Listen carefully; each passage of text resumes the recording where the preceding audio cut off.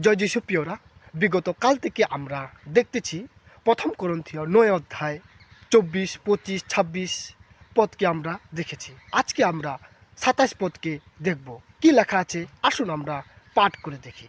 এরূপ লেখা আছে, বরং আমার নিজ দেহকে প্রহার করিয়া দাসত্বে রাখিতেছি, পাছে অন্য লোকেদের কাছে প্রচার করিবার পর আমি নিজে কোনো কর্মে অগ্রাহ্য হইয়া পড়ি। আমেন। হ্যাঁ, যখন পৌল করন্থীয় মণ্ডলীদেরকে সেবা কর্মের কার্যকে করার কথা বলছেন, তখন 27 পদে পৌল আরও বলছেন করন্থীয় মণ্ডলীদেরকে, কি বলছেন? আমি আমার দেহকে কষ্ট দিয়ে নিজের অধীনে রেখেছি, বা আমি নিজের উপরে নিয়ন্ত্রণ রেখে অন্যদের কাছে সুসংবাদ প্রচার করছি, তবুও আমি খ্রিস্টের কাছে নিজেকে অযোগ্য মনে করি।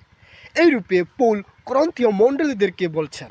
তো প্রিয়রা, আমিও আপনাদেরকে বলি, যদি আপনারা প্রভু যীশু খ্রিস্টকে বিশ্বাস করে থাকেন এবং প্রভু যীশু খ্রিস্টের সেবা কার্যকে করে থাকেন, তাহলে আপনারা নিজের দেহকে নিয়ন্ত্রণে রাখুন এবং লোকেদের কাছে প্রভু যীশু খ্রিস্টের সুসংবাদ প্রচার করুন, আর নিজেকে প্রভু যীশু খ্রিস্টের সামনে অযোগ্য মনে করুন। তাহলে ঈশ্বর আপনাদেরকে আশীর্বাদ করবেন।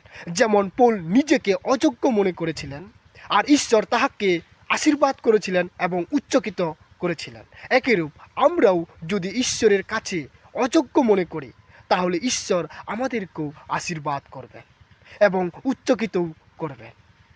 তাই আসুন প্রিয়রা, যে ঈশ্বর আমাদেরকে তাহার সেবা কার্যের জন্য ডেকেছেন, সে ঈশ্বরের কাছে নত হই এবং সে ঈশ্বরের গৌরব প্রশংসা করি। ঈশ্বরের বাক্যের চিন্তাধারায় প্রত্যেককে আশীর্বাদ করুন।